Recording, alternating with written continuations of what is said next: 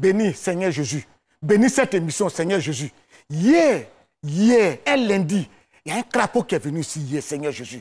Normalement, ce n'est pas les lundis, les crapauds viennent. Mais ce crapaud qui devait venir jeudi est venu hier. Et c'est un crapaud bizarre. Et c'est un crapaud qui vient de Gagnoua. C'est un crapaud, je n'ai pas du tout confiance. Parce que ce crapaud, quand il est venu hier, j'ai senti un froid, Seigneur. Les prochains crapauds, je les plonge dans le sang puissant de Jésus-Christ. Ce crapaud qui est venu hier, qui est venu de Gagnoua, le crapaud de Gagnoua, qui est venu comme ça, un lundi, un crapaud, ah, tu es vaincu. Mesdames et messieurs, vraiment, regardez encore ce nouveau crapaud qui va venir, ce crapaud qui arrive, je le plonge dans le sang puissant de Jésus-Christ. Nouveau crapaud, allons-y, on va te voir aussi. Allons, crapaud, chanson crapaud.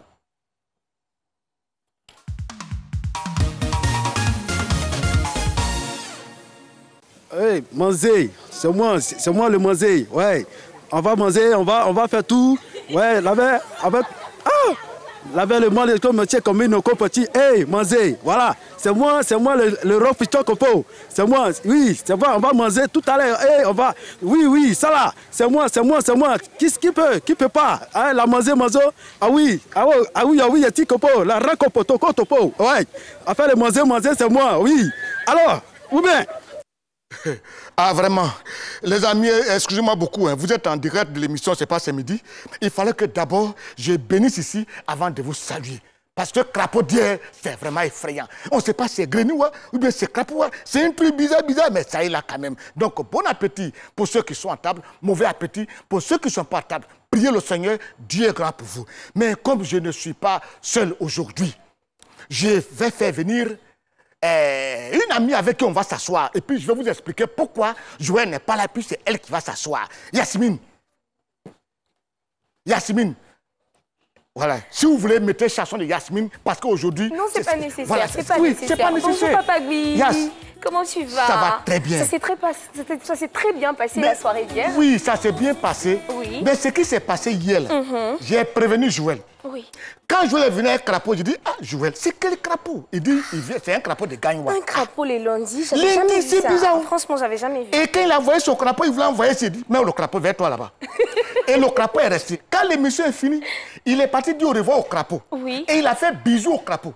Ah, ce matin, quand tu vois les lèvres de Joël, on dirait quelqu'un qui cueille miel. Ses lèvres sont comme... quelqu'un qui a cueilli miel, c'est-à-dire... Quand il y avait Miss Côte d'Ivoire, voilà, quand il a fait la bouche, là. Voilà, comme ça, brrr. Abbé a chicoté ses lèvres, là. Quand tu vois, on dirait qu'il cueille miel. Tu as vu ça? Je te dis. Ah, c'est pour ça qu'il n'est pas là. C'est pour ça qu'il n'est pas là. Sa bouche est enflée comme ça, je dis. D'accord. On va souhaiter un excellent rétablissement à Joël. Merci. Merci encore à tous nos fidèles téléspectateurs. Oui. Merci à tous ceux qui ne manquent pas de nous suivre. Oui. Vous êtes à l'émission C'est pas c'est midi, hein, qui se passe du lundi au vendredi sur la première chaîne ivoirienne, RTI 1. Ouais, mais alors, tu n'es pas là déjà. Oui, papa. J'ai lancé la chanson Crapaud. La chanson Crapaud. Je t'ai vu faire les bénédictions et tout. Oui, parce que Crapaud, Dieu là, il m'a effrayé. Un crapaud qui vient lundi, ça fait attention à ce genre de crapaud-là. Hein? Ouais, fais attention à ce genre de crapaud. C'est ça. Alors, on a lancé le crapaud. Oui, c'est déjà fini ça. Oui, c'est fini. Maintenant, comme on a notre invité. Exactement. Aujourd'hui, on a un thème. Le thème dont on doit parler aujourd'hui, tu es au courant du thème quand même? Je suis au courant. Un thème vraiment qui touche un peu tout le pays, on va dire, toute l'Afrique et particulièrement la Côte d'Ivoire, vu que nous sommes en Côte d'Ivoire, un sujet écologique, on va dire, qui vraiment doit être vraiment traité de fond en comble. Et c'est pour ça qu'on a un invité. Il est professeur de géographie environnementaliste. C'est-à-dire, il est maître de conférences. Là où les gens font réunion, c'est lui qui les commande. D'accord. Au niveau du CAMES, il est reconnu officiellement. Il s'appelle le professeur Daoulé Yao Rémi. Dorémi fa sol, lui aussi, mais son pas lui a donné Rémi là. C'est les anciens noms. Rémi. Non, mais c'est bon. Dorémi fa sol, sol Dorémi. Ok, donc on va accueillir maintenant même monsieur Daoulé Yao Rémi. Dorémi fa sol, il aime le zouglouz. Rémi. Oui, mais le jour où on attend oui, la chanson. La chanson. Pour accueillir quand même Rémi. Voilà. Et un beau choix, hein, papa. Oui, c'est vrai, c'est vrai. Tu peux danser avec lui? Oui, il n'y a pas de souci. Vas-y. Ça, c'est un ballet, hein, c'est ça? Voilà. Le ballet? Dansez. Le ballet.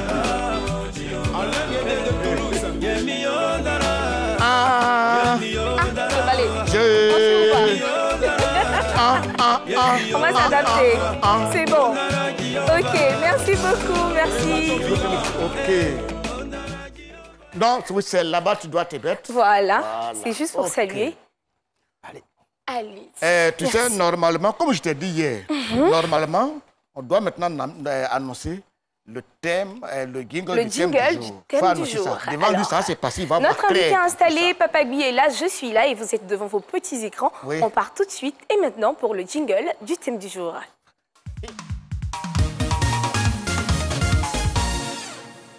Ok, il est là.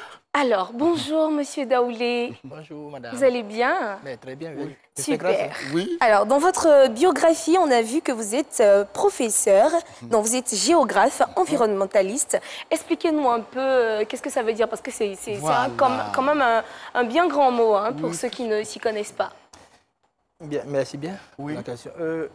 Géographe, c'est d'abord quelqu'un qui a pour objet d'étude l'espace. Un géographe, c'est l'espace qu'il étudie. Oui, l'espace. L'espace, il faut expliquer les problèmes que vit la société. Voilà, parce qu'il peut y avoir un certain nombre de, pour ne pas dire, d'éléments géographiques qui expliquent les problèmes que nous vivons. Les problèmes de localisation, de positionnement, de site, de distance, d'orientation. Tout ça, c'est des éléments qui peuvent expliquer et aider à prendre des décisions. D'accord. Est-ce que parler de géographie revient à parler de démographie? Oui, c'est un élément parce que la géographie a plusieurs domaines. Oui. Il y a des géographes qui s'occupent de la population. D'accord. Donc, c'est un des parcours qu'on appelle géographie de la population. Il y a des géographes qui s'occupent de milieux physiques.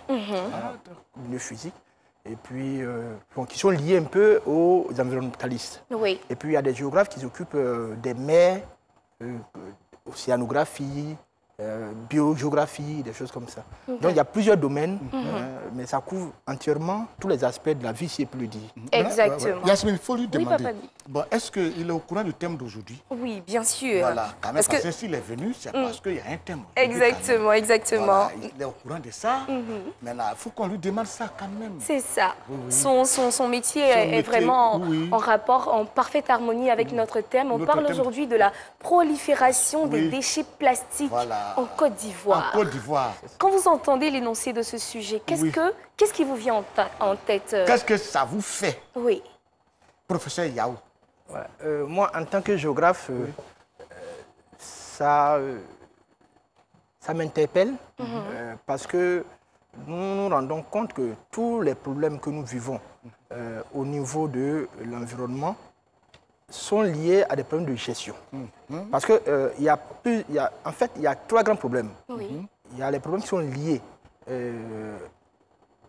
au milieu naturel. Il y a des problèmes qui sont liés au cadre de vie. Puis il y a des problèmes qui sont liés à la gestion. Donc, pour le cas spécifique des déchets plastiques, je pense que c'est lié à un problème de gestion de l'environnement. Mais docteur, ce qui est la vérité, c'est que l'État a dit c'est interdit de jeter les trucs plastiques les déchets plastiques partout en ville. Mais les gars continuent. L'État dit c'est interdit et puis les gens disent on s'en fout de ça. Comment tu vois ça? Non, mais ce n'est pas forcément la population, mais c'est une question de méthode de gestion. En réalité, quand on est gestionnaire de l'environnement, il faut suivre une méthode. Alors, cette méthode commande de mener des études qui peuvent... En réalité, c'est une méthode participative, mais pas dirigiste. Parce que c'est comme ça. Oui, parce que quand vous interdisez, ça c'est dirigiste, c'est contre-productif. Mais il faut que ça soit participatif pour que ça puisse donner et que la personne se sente impliquée, même sûrement même avec des mécanismes, lui montrer qu'il peut avoir quelque chose en se comportant bien avec son environnement. C'est ça. On a toujours parlé aux gens, sensibiliser, c'est pas bien, c'est pas bien. Il y a eu beaucoup de sensibilisation. Beaucoup de sensibilisation. Quand la pauvre dame, là, Anne Ouroutou, elle a créé même une brigade verte qu'on appelle la brigade verte, qui s'occupe de ça pour traquer les gens là, mais ils sont encore tête. Mais ça continue, ça continue. Et c'est ça même le problème. Parce que quand vous montez une brigade, parce que pourquoi la question c'est pourquoi la prolifération. Mais c'est ça le problème. On monte, normalement, quand on a une brigade de salubrité et tout ça, on devait s'attendre à un bon résultat. Mais c'est le contraire. Donc c'est le problème. Mais quand il y a problème, il faut s'interroger sur la méthode. La méthode n'est pas bonne. La méthode n'est pas bonne. Parce qu'elle est dirigiste. Cette méthode, elle est dirigiste. Mais quand vous faites ça, vous amenez les gens à rentrer dans la clandestinité. À partir du moment où c'est clandestin, artisanal, non contrôlé, ça devient dangereux et non maîtrisable. On a vu la brigade, par exemple, en train de faire son travail. Et quand il était midi, il faisait chaud. On avait un gars de la brigade qui a payé sachet d'eau glacée. Et la brigade a vu des bois, il a jeté. Il a oublié. C'est un peu ça, les pesanteurs sociales. Parce que, vous voyez, nous sommes habitués, nous qui sommes ici, chacun de nous, en passant, on ne fait pas attention, on paye un sachet d'eau. Parce que notre climat nous pousse à cela. Alors, donc, en réalité, souvent, il y a des problèmes quand on dit méthode, mais nous-mêmes, souvent, en tant qu'adultes, quand on va accompagner nos enfants à la maternelle, vous vous rendez compte qu'on leur donne un contenant qui peut être réutilisable. C'est pas si on se comprend bien. Voilà. Mais quand nous-mêmes, nous sortons, est-ce que nous prenons ce contenant-là et puis nous mettons notre eau? Non. Et ça, c'est un problème. C'est un problème. Et quand vous allez arriver, l'environnement même de la maternelle est plus propre que notre environnement. Ça, c'est vrai. Et puis, il y a des acteurs aussi qu'il faut associer, comme je le disais, participatifs, parce qu'en réalité, si vous fouillez bien les poubelles à domicile, on va retrouver moins de sachets d'eau. Mais ça se trouve dans la rue. Exactement. Et donc, les acteurs qui sont dans la rue doivent être associés à cette gestion. Sinon, ça ne marche pas. Très bien dit. Yacine, oui. Comme le procès est là. C'est ça. Faut que, voilà. On a bien introduit le sujet, mais moi j'aimerais apporter quelques petites informations à ce que le professeur était en train de dire. Alors le monde entier est envahi par des déchets plastiques qui représentent un phénomène très polluant et nuisible pour la vie humaine. Chaque année, ce sont des millions de déchets qui sont produits et une bonne partie de ces déchets est constituée, comme on vient de le dire, de déchets plastiques. Et le plastique mettant donc 1000 ans à se décomposer, vous êtes d'accord avec moi que cette accumulation devient inquiétante pour notre planète. Nous avons remarqué qu'il y a eu beaucoup de périodes de sensibilisation et même des périodes de répression. On ne sait pas encore si la répression ne se fait pas comme il le faut parce que ça continue encore, les déchets plastiques continuent encore d'envahir notre environnement, notre cadre de vie. Alors, pourquoi est-ce que les Ivoiriens continuent de jeter les déchets plastiques dans les rues, au lieu des poubelles? On suit ensemble cet élément. Je pense qu'il pourra nous aider dans la suite de notre débat. Pim, pim, pim, pim, pim. J'ai pensé que c'était complètement interdit, mais toujours on voit en train de boucher le carnivore. Donc j'espère que l'interdiction des sachets, ils vont bien renforcer. Il faudrait que nous, on mette des stratégies en place qu'on puisse ne plus voir ça. C'est le manque d'éducation à ce niveau-là. Parce que l'État met des mesures en place, mais on voit que non, ça vient. Ouais. Donc il faudrait qu'on change nous-mêmes notre comportement. Je crois que c'est au niveau de l'habitude. L'Ivoirien est habitué à jeter les choses tranquillement. Donc c'est un truc qui doit se faire vraiment, peut-être, je dirais, à la base, même au niveau même des parents, d'en parler. Parce qu'on en parle, mais l'habitude est là. Donc c'est difficile en fait de faire autrement. Ah, vraiment. Professeur, ça c'est ce que la rue pense. Les Ivoiriens pensent en général, oui. Mais ce que je voulais demander au professeur, on dit c'est quoi au juste les déchets plastiques là?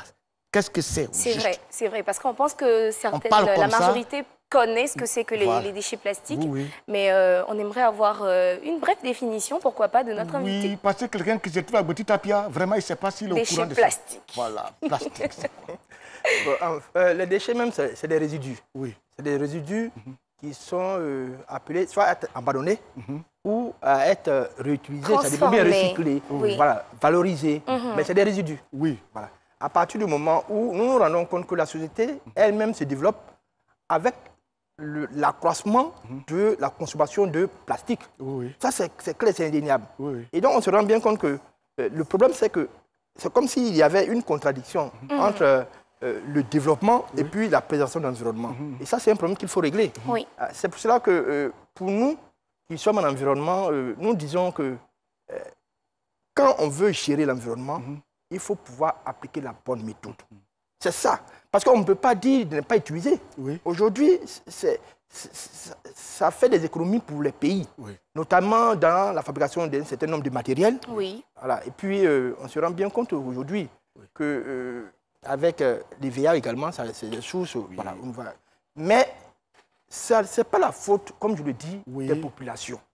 Parce qu'il y a 3 composantes. Quand on parle de gestion, d'abord la gestion, c'est pour éviter des coûts trop lourds qui sont supportables par les États ou les populations. Et puis en même temps, c'est pour essayer de préserver la santé des populations. C'est pour ça qu'on gère. Parce que ça peut causer des dégâts. Voilà, parce que c'est là que je voulais en venir. C'est-à-dire, si je veux voir les problèmes, les conséquences du plastique sur l'environnement. Oui, oui, voilà. Mais elles sont multiples. C'est-à-dire que si vous rentrez même au niveau des éléments qui composent le plastique, vous allez vous rendre compte que même dans l'air, souvent, ils émettent des petites particules. Justement, et moi j'ai découvert dans mes recherches que... Et puis, il faut aussi dire que le sol, parce que comme on le dit, ça met combien d'années, vous l'avez dit? Oui, 1000 ans à se décomposer. Voilà. Le plastique met 1000 ans c'est que l'écosystème marin, parce que tout ce qu'on jette là, bon, avec la pluie, nous sommes dans des pays où il pleut beaucoup, ça se retrouve dans les eaux. Et comme je le disais tout à l'heure dans mes recherches... de là, ça peut même avoir un impact même sur la ressource halieutique. Ah oui, c'est ça. Mais je dis, est-ce que chewing-gum est dans les trucs plastiques là, les chewing-gum là? On mange là. Oui. Ah, c'est que, on va dire à nos jeunes d'appeler les femmes gagnantes, on va venir ramasser tous les chewing-gum ici là. On dit que chewing-gum est dedans. J'ai découvert que d'ici 2050, il y aura plus de sachets plastiques dans les eaux que de poissons. Et j'ai aussi découvert que par semaine, une personne peut consommer 5 grammes de plastique. Donc vous voyez que le danger ne se retrouve pas forcément au niveau de l'air que nous respirons, mais nous consommons, nous ingérons en fait le plastique. C'est-à-dire quand tu es assis, par exemple, je suis assis, quand je sors, j'aspire, c'est-à-dire le plastique. Tu aspires et tu consommes, tu manges. Le plastique. Oui, le plastique. Ah, c'est pour ça que les enfants, quand on les frappe, ils ne sentent pas, tu fais tomber, ils tombent pas, il est résistant. Oui, parce que, comme je le dis, il y avait des particules. Souvent, il y a des aliments qu'on déconseille de conserver avec le plastique. Oui, comme ça, parce que au contact de cette matière, il y a des particules. Ça apporte des particules, Voilà, ça mais est-ce que vous êtes sûr qu'on peut recycler le plastique? Non, ça se fait. Ça se fait. Oui. Ça se fait. Non, mais comme je le dis, il y a dans la gestion 3 grandes composantes. La production du plastique lui-même, qui fait son utilisation et autres. Et puis, il y a la collecte. Et puis, après, il y a ce qu'on appelle soit le traitement ou bien la valorisation. C'est ça. Et donc, dans chacune des composantes, je pense qu'il est important de réfléchir sur les objectifs que nous visons. Exactement. Que si nous voyons nos objectifs en fonction des problèmes que nous posons, évidemment, nous allons élaborer des stratégies et puis nous allons voir comment gérer cela. Mais comme je le dis, il y a des principes.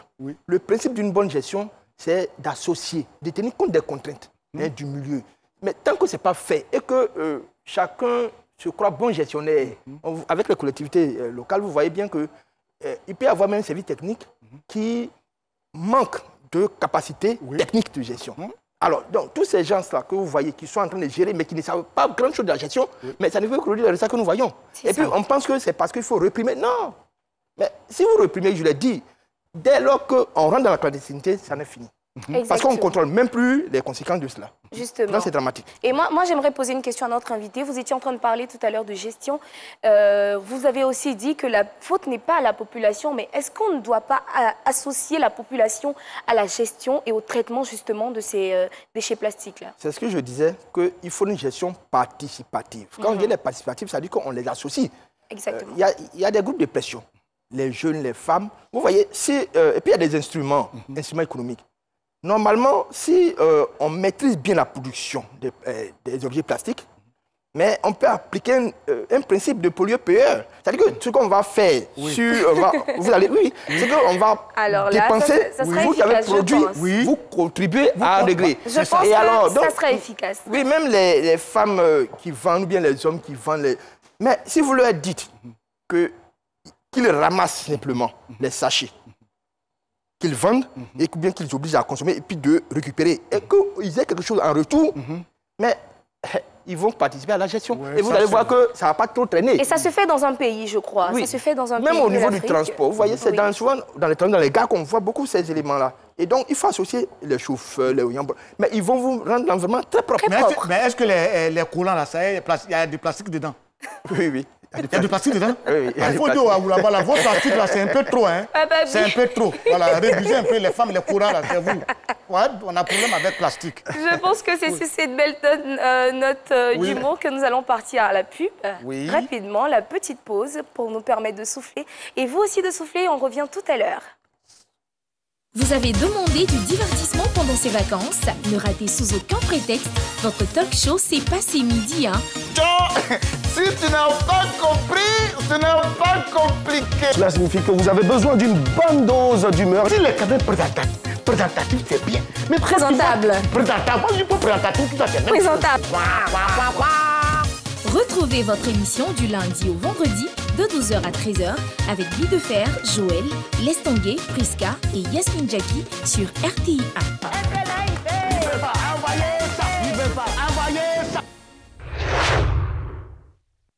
Après, c'était la page d'Achaga. On est tranquille ici. Le numéro, c'est quoi? 05. Oui, le numéro WhatsApp. Nous attendons vos réactions. Écrivez-nous au 05 75 00 88 06. Je reprends 05 75 00 88 06. Mais ceux qui ont vu ça, ils ont envoyé des messages. Ils ont déjà, oui, on a déjà une réaction. Alors, on a, je ne vois pas encore le nom. Il s'agit de Monsieur Brice Yao qui nous dit, mais dans les villes, la multiplication de ces décharges à ciel ouvert est aussi le résultat de l'explosion démographique du continent africain dont la croissance est aujourd'hui la plus rapide au monde. Je vous assure qu'en 2050, l'Afrique comptera ainsi plus de 3 milliards d'habitants, ce qui devra sacrément faire augmenter le mètre cube des ordures ménagères. Et là, c'est certain. Mais c'est vrai, des gens qui sont assis, eux seuls, une seule personne qui a marié 5 femmes. Chaque fois fait 5 enfants, 5 enfants, 5 enfants, 25, 5 femmes, 30, mais c'est beaucoup. 5 enfants, chaque enfant produit, je sais pas, 1 kilo de déchets plastiques par jour. D'abord, les 5 enfants, ça fait 25 enfants. Les 5 femmes, ça fait déjà 30. Puis le monsieur lui-même, ça fait 31. Ah non, ils exagèrent. Tout à l'heure, on parlait de la transformation de nos déchets plastiques. Moi, j'ai découvert récemment, il y a pratiquement 3 mois de cela, qu'à Yopougon, on a une grande société qui a essayé de transformer les déchets plastiques en pavés et a commencé à habiller la commune de Yopougon. Est-ce que vous pensez que c'est une solution également pour pallier ce problème-là? Oui, c'est une solution. Parce que, comme je le disais, dans l'une des composantes de la gestion se trouve ce qu'on appelle le traitement valorisation. Et donc, on peut valoriser tant qu'on peut. Voilà, ça permet de réduire ce qu'on doit pouvoir mettre en décharge. Parce que la décharge, comme on le dit, quand vous le faites, si même c'est enfoui, ça met un temps fou. 1000 ans. Voilà, c'est dégradé. Et donc, ce qui est préconisé, ce qui est conseillé, c'est la valorisation. À travers ce qu'on appelle le recyclage, ou bien même, on peut même faire des telles sortes qu'on puisse réutiliser. Réutiliser les emballages, les contenants plastiques qu'on achète ou bien qu'on utilise à tout moment. Est-ce que vous avez d'autres solutions? On va rentrer en profondeur un peu plus, mais est-ce que vous avez déjà des petites solutions? Moi, comme ça, je vois ici brûler les déchets. Est-ce que c'est c'est ce qu'on appelle, quand il parle de traitement, c'est ça. Vous pouvez soit les incinérer, vous pouvez les réutiliser, vous pouvez les recycler. C'est-à-dire que le recyclage, c'est de transformer ces objets, ces déchets, ces résidus en un produit qui est comme nouveau. C'est comme aujourd'hui, vous allez voir les cuvettes en plastique, souvent sont issues des déchets que les gens collectent, mais transforment de façon artisanale. Mais incinérer, est-ce que ça ne va pas occasionner la dégradation de la pollution? Parce qu'on a la fumée et on sait à quel point c'est vraiment polluant. Est-ce que c'est vraiment une solution à envisager? Oui. Bon, en fait, incinérer obéit à un certain nombre de conditions, de normes. C'est comme quand on traite les déchets spéciaux.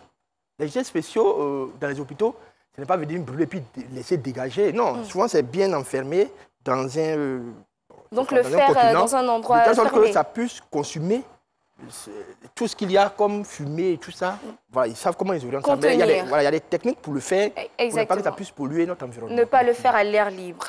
Super. Parce qu'incinérer, souvent on pense qu'incinérer, c'est ce que nous voyons. Si les déchets, on met le feu. Non, ce n'est pas de ça qu'il s'agit. Voilà. Incinérer, quand on parle d'incinération, on peut déjà le brûler, mais incinérer, c'est vraiment une méthode, c'est vraiment une technique pour polluer moins l'environnement avec... Professeur, ici, on n'est pas seul. Oui. On a une amie, C'est une jeune fille. Une belle dame. Une belle dame. Elle est tellement jolie et puis elle a une petite taille fine. En tout cas, elle a la forme Miss. Oui. Voilà. Souvent, elle vient comme ça pour embrouiller les gens. Mais souvent, il y a des invités aussi qui... Non, il y a des invités qui tombent fan d'elle. Mais tout le monde est fan d'elle ici. Oui, vraiment, j'ai remarqué. Quand même, tu es fan d'elle. Excusez-moi, je ne peux pas dire ça devant les gens. Je ne peux pas dire ça devant les gens. Oui. Donc, Asmit, tu peux annoncer celle qui va venir. Ok, vous savez tous qu'on attend quelqu'un de très particulier. Les mardis, elle est là, elle vient illuminer ce plateau. Moi, je suis noire, mais elle brille de mille feux. Nous recevons maintenant même Prisca Lago. Lago, ou sans façon. Ouais. C'est ça. Elle est là, elle arrive. Elle marche en vrai crabe. Je sais tellement ça fait que mes habits tremblent. L'équilibre. Doucement, doucement. Ah, je suis béni. On dit béni qui il veut, il n'a pas dit toi, hein? Non, il bénit qui il veut. Qui veut, il m'a béni. Il a béni. Il m'a béni. Hey, la danse de la bénédiction. C'est bon, c'est bon. Quand on est béni, on danse pas trop. C'est bon. C'est bon. Merci, merci. Merci beaucoup. Elle s'appelle Prisca. Et je l'appelle Priscool. Priscool. Mon nom là, tout le monde a mélangé ça. Bonjour monsieur. Oui. Comment allez-vous? Très bien. Elle est en tout rouge. Oui, et c'est très beau. Le rouge et le bleu, c'est une très belle combinaison. Merci. En fait, je savais déjà que c'était très beau. Vous ne faites que... Voilà, répétez ce que je pensais. Voilà. Bonjour. Salut, on est très à l'aise. Demande-lui les nouvelles. Le petit ventilateur, comment ça va, Prisca? Comment tu vas? Mais regarde-moi. Elle est autonome. À ton avis, comment vais-je? Ça va. Ok. Tu vas très bien. Oui, je vais très bien. Je vais très bien, comme vous pouvez le constater. Je vais d'ailleurs toujours bien. Et je souhaite que vous alliez toujours bien. Vous savez, pour aller bien, ça dépend de votre mental. Ne polluez pas ça avec des déchets plastiques. Ok? Allez toujours bien. Et vous le savez, avec moi, c'est le journal des réseaux sociaux. Mais est-ce que vous me connaissez? Moi, c'est maman à glaçon, maman à neige, maman à Russie. Voilà, tellement je suis fraîche, mes habits tremblent. Non. Voilà, c'est ça. Elle a un prix d'excellence raté. Non, en fait, ce qu'il est en train de dire, il est en train de prophétiser pour l'année prochaine. Ah, mais ça viendra, l'année prochaine. sûr. Monsieur, son excellence, madame, son excellence, je suis là. Prix d'excellence, là. L'année prochaine, je prends ça aussi. Exactement. Voilà. Oui. On va partir, On va partir pour le journal des réseaux sociaux. Congo-ça, pas Congo-ça. On va Congo-c'est. Congo-si. Voilà. Général. Congo-ça, pas Congo-ça, on va Congo-c'est. Je sais pas pourquoi ça invitez, applaudissez. Qu'est-ce qui se passe? Ouais. Ce qui se passe, c'est que c'est-à-dire que l'émission, c'est midi. Exactement, oui. L'émission, c'est midi. Mais pourquoi avec un prix d'excellence. Depuis que Adieu a pris, on ne sait pas où il est, afin de partager l'argent, là, c'est chaud. Afin de partager l'argent, c'est compliqué. C'est chaud, hein? Donc, monsieur Joseph Ondjou a reçu le prix d'excellence pour cette magnifique émission, C'est midi. Donc, on félicite toute l'équipe de Semi. Toute l'équipe. Bravo. Des animateurs, en passant par les chroniqueurs. Les techniciens. Jusqu'aux techniciens. Bravo. Hein? C'est RT ou bien? Alors, est-ce que là, il peut pas?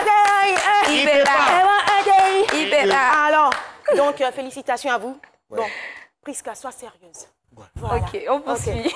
Je poursuis donc. Toujours dans les prix, on va féliciter Monsieur Michel Gou, Monsieur, s'il vous plaît, Monsieur Michel Gou et Madame Adrienne Coutois, qui ont reçu eux aussi le prix d'excellence des métiers de l'art. Et ça s'applaudit également. Il faut aussi prendre des excuses au service du protocole. Parce qu'il faut y avoir un incident diplomatique protocolaire. Quand les gars devaient donner le prix à Gou, le président de la République n'a pas vu Gou. Il a attendu à l'autre, Gou était en bas. Ça a failli créer des problèmes. Bon, moi j'ai regardé et j'ai pas vu cette partie-là. Franchement, si ça a failli créer. Comment tu fais? On a dit, prends le voilà. Quand il a fait ça, il a dit, ah, c'est lui qui est là. J'ai cru qu'il était sérieux. Franchement. D'accord. Et je sais que beaucoup de gens ont été primés. Excusez-nous si vous n'êtes pas tous cités, mais félicitations à vous. Et je n'oublie pas de féliciter aussi monsieur Axel Emmanuel, le chocolatier ivoirien. C'est un monsieur qui exporte le chocolat de Côte d'Ivoire partout dans le monde. Donc, c'est à encourager. J'aime son abnégation et sa foi parce qu'au départ, il n'était pas dans le chocolat, il n'était pas dans le cacao. Il était dans les finances. Et son amour pour l'entrepreneuriat l'a amené à abandonner tout ça. Manger son chocolat. Bien sûr, j'en mange. Et puis, on va manger. Il fait des chocolats personnalisés. Ça veut dire qu'il peut écrire sur emballage de chocolat là. C'est pas c'est midi. Hein? Ah oui? Oui. Le chocolat, oui, de faire. Oui. Il fait ça. Ah bon? Donc, oui. Et puis, il faut dire aux gens de Rasta, vous vous plaignez que vous n'avez pas pris d'excellence. C'est quel prix vous voulez?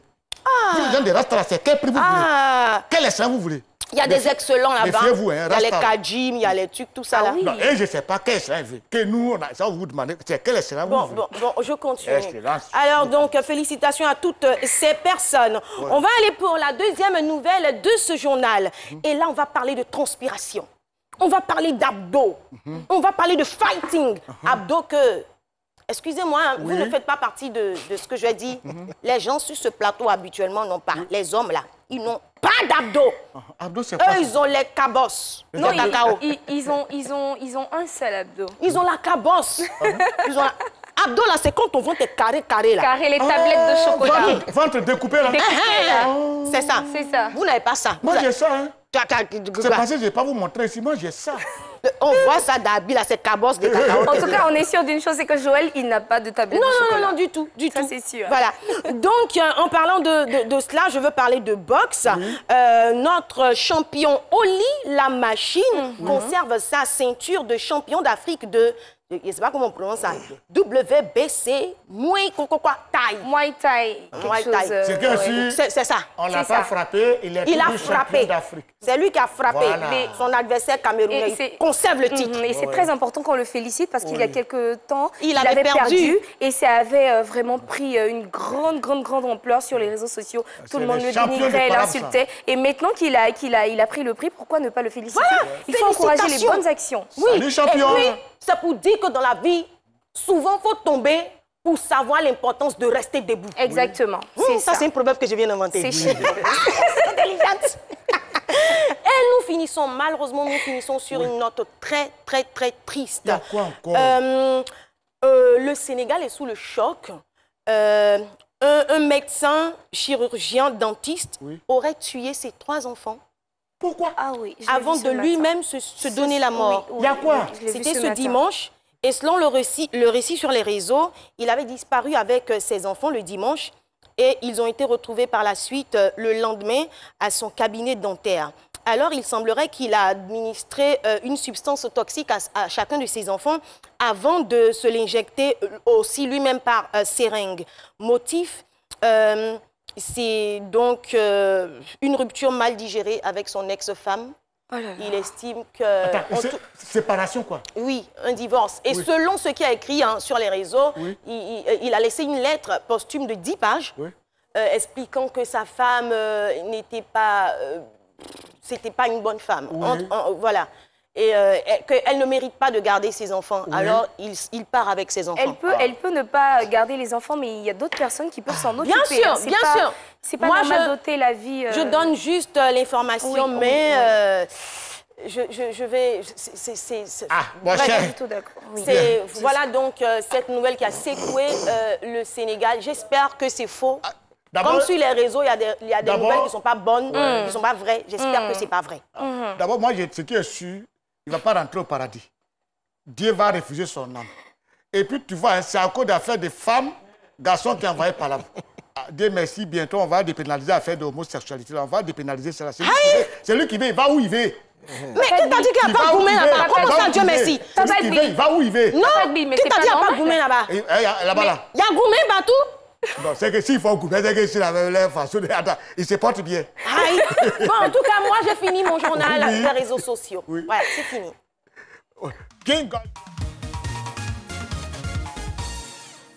Mesdames et messieurs, c'était le guingot de la fin du journal, les réseaux sociaux. C'est comme ça on fait. Oui, c'est-à-dire, professeur, ici, bon, on fait comme des grands journalistes.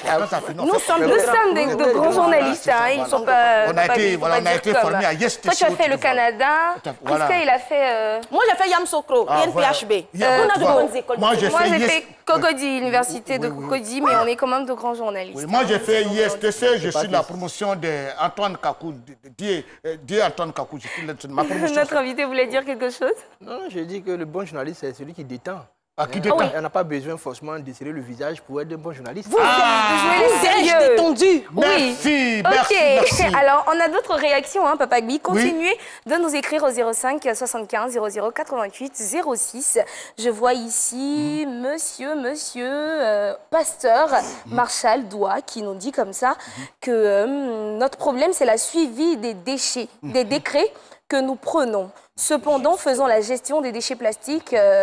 La gestion des déchets plastiques doit être une lucarne pour le ministère de la Jeunesse afin de créer plusieurs emplois. Imitons le Rwanda comme le pays le plus propre. Oui, ce qu'il a dit aussi, c'est ça. Oui. La suivi des décrets. Des décrets.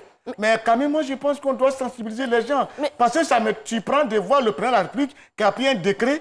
Et puis on le voit dans les rues, le décret devant les plumes, il suit. Et le décret, et pour juste un rappel, le décret, parce que les gens pensent qu'il s'agit uniquement de l'utilisation, mais le décret interdit la production, l'importation, la commercialisation, la détention et l'usage des déchets plastiques. Voilà, donc tout ça. C'est ça. La loi dit que toute production, toute importation, toute commercialisation de sachets plastiques sur le territoire ivoirien est strictement interdit et toute utilisation. Maintenant, comment les sachets rentrent s'ils sont importés et s'il y a des structures certainement qui en fabriquent sur le territoire. Donc pourquoi est-ce que tout ça n'est pas interdit? Parce que si nous on n'en trouve pas, on n'utilise pas. Professeur, c'est à vous. Qu'on utilise. On revient vers le professeur. La question est adressée à vous. Je ne comprends pas comment... Il est poussé et puis il est reconnu au CANES. Quand on fait réunion, c'est lui qui est le maître. Donc, maître, voilà. Vous avez la parole. Merci bien. En fait, ce qu'il faut dire, c'est que c'est vrai, c'est un décret.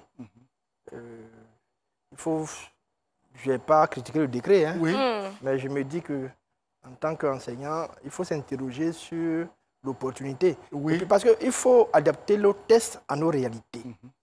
C'est pas parce que, bon, je l'ai dit tout à l'heure, c'est pas forcément parce qu'on va interdire à quelqu'un de faire quelque chose qu'il ne va pas le faire. Mais il faut pouvoir encadrer. Il faut pouvoir maîtriser. Ce n'est pas... La répression ne sert à rien. Moi, je le dis. Mais il faut, comme on le dit, même aujourd'hui, les organismes, au plan international, les organisations de l'ONU, de l'environnement, préconisent que dans une bonne gestion, il faut associer tous les acteurs, notamment les populations. Alors, donc, mais vous le dites, comme je l'ai dit, il va le faire parce que moi, je peux ne pas sortir. Il faut sensibiliser les gens à ce qu'ils aient un contenant réutilisable.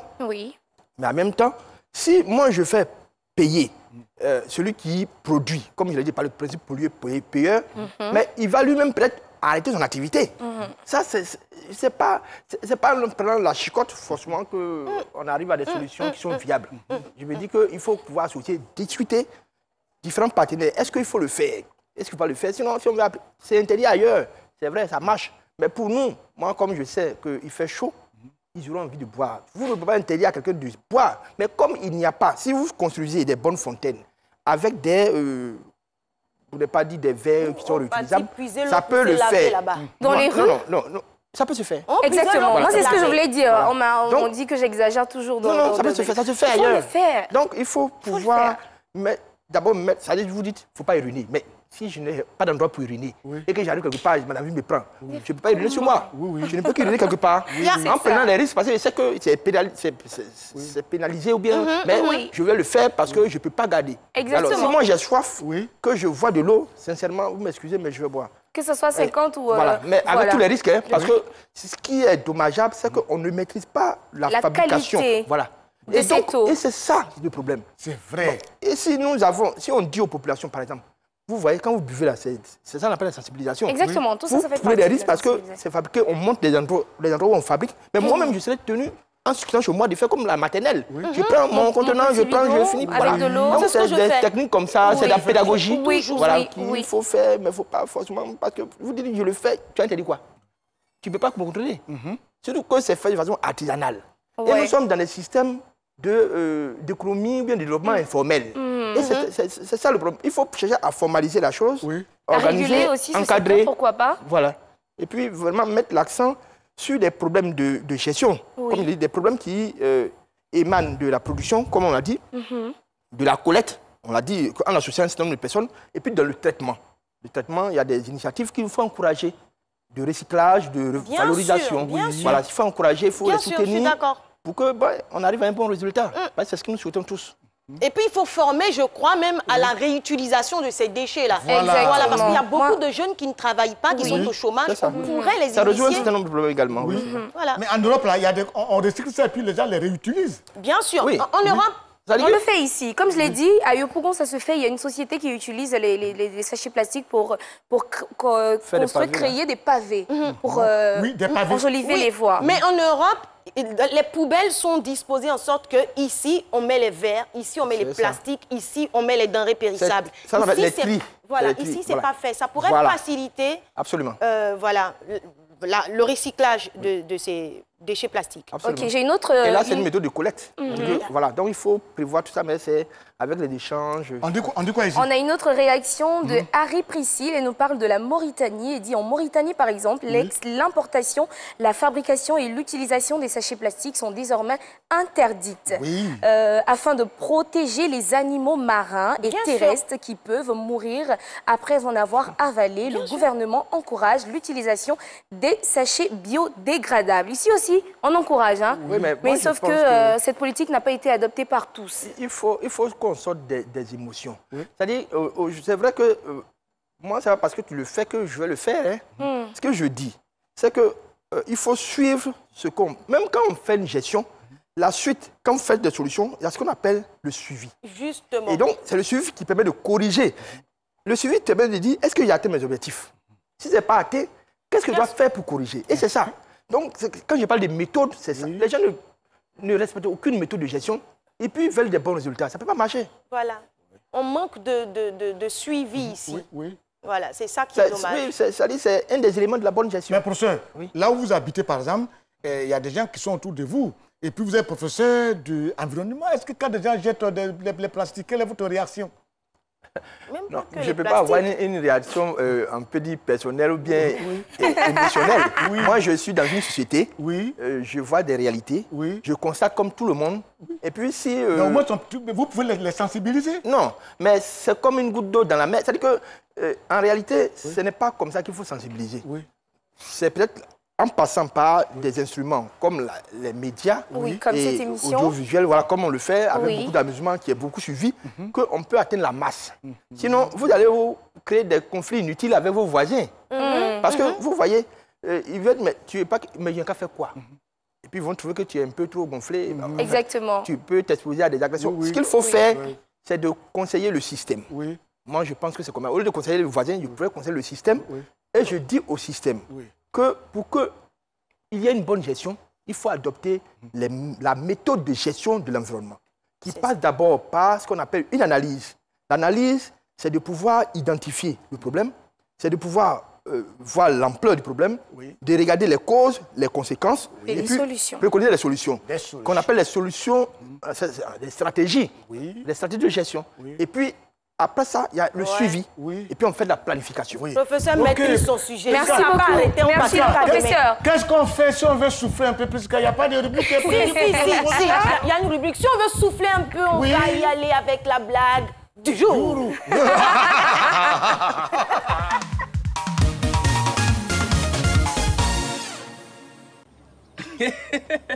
Ouais. Accident qui s'est produit matin à Bobo là. Ça dit accident. Baka est Kobia. Non.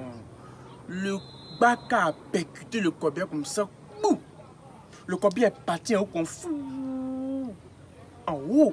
Donc le chauffeur du Kobia, il voulait faire de telle sorte que lui-même ne se blesse pas. Et pour ne pas aussi que le cadavre meure. Tu vois. Donc il a mis son pied sur frein plus accélérateur. Je vous le jure. Le Kobia a fait capture d'écran.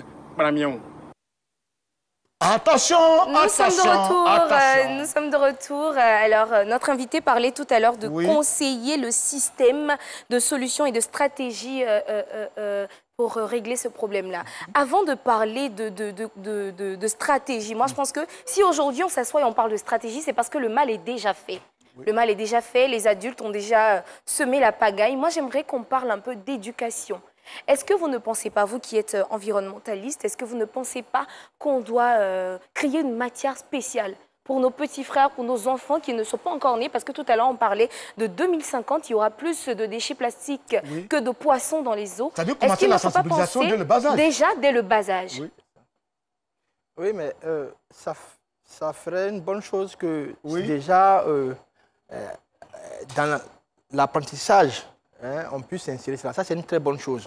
Mais qu'est-ce qu'on va dire? C'est ça le problème. Il faut réfléchir, pour moi, à ce qu'on va dire. Ce n'est pas forcément de dire ça comme ça, mais quelle est la méthode que nous avons? Excusez-moi, mais nous, en tant que scientifiques, nous tenons la méthode. Parce que les résultats ne sont bons que par la méthode. Sinon, on le dit, c'est bon. Mais quelle est la méthode? Merci pour ça, on a été ravis d'être à ta compagnie, surtout que c'est un intellectuel. J'étais tellement à l'aise. Prof, ton dernier mot. Mais avant de parler des derniers mots, les perspectives quand même, parce qu'on est vraiment allé un peu de tous les côtés. Quelles sont les perspectives? Non, son dernier mot là, tu as dit quoi? Perspective. Perspective. Ça veut dire rentre dedans, c'est tout. Ok. Je tiens à remercier la RTI de m'avoir invité pour débattre de cette question. Et puis remercier aussi ceux qui m'ont interrogé. Mais ce qu'il faut dire en matière de perspective, c'est que nous soyons écoutés. C'est-à-dire que les gens suivent et que les décideurs, c'est ça, les décideurs puissent impulser la chose. Et puis nous, en tant que scientifiques, en tant que, pour ne pas dire partie prenante de ça, nous contribuons. Ça, c'est la meilleure des choses. Sinon, il n'y a pas de solution miracle. Ça, c'est sûr. Voilà. Alors, donc, moi, je veux dire à tous les gestionnaires de l'espace, comme moi, je suis géographe, c'est de l'espace, qu'ils puissent de plus en plus faire appel ou bien commander des études pour qu'on puisse penser tous ensemble à la méthode pour bien gérer notre environnement. C'est ce que je peux dire. Merci beaucoup, professeur. Merci, professeur. Tu n'as rien à dire aujourd'hui? Si. Il ne faut pas qu'on oublie que tout ce qu'on pose comme acte a une répercussion sur nous directement ou indirectement. Et je profite de cette antenne pour souhaiter joyeux anniversaire à ma maman Bombi, joyeux anniversaire à toi et joyeux anniversaire à ma grande sœur Gigi Kofi qui suit cette émission. Et puis, papa, il y a le concert de Nash le 20. Le 20 novembre, 20 ans de carrière. Et c'est où ça? Exactement. Au Palais de la Culture. Oh, Nash, je serai là, Yasmine. Et on a la petite nuit enchantée de Joël, le 26 novembre à l'Institut français et n'oubliez pour les pas enfants que malades. Moi-même, je joue le 18 décembre. C'est tellement simple. Et n'oubliez pas qu'on va recevoir notre ami Magisystème bientôt. Mesdames et messieurs, toutes condoléances au gouverneur Begré Mambé qui a perdu son épouse. Oh, Begré, vraiment, merci beaucoup. Yako. Ok, merci beaucoup. La dépouille arrive aujourd'hui à l'aéroport. Moi-même, je vais à l'aéroport comme ça. Je suis accompagné de mon ami Begré Mambé. On va J'ai envie de pleurer pour lui. Non, papa, il ne faut pas pleurer. C'est mon ami, il est gentil. Tu vois, il doit carburant. On va terminer en beauté l'émission. Nous pouvons prendre l'antenne, la partie, je suis gêné. Merci de nous avoir suivis. Au revoir. Ayons tous des comportements éco-citoyens. À demain. Bye bye.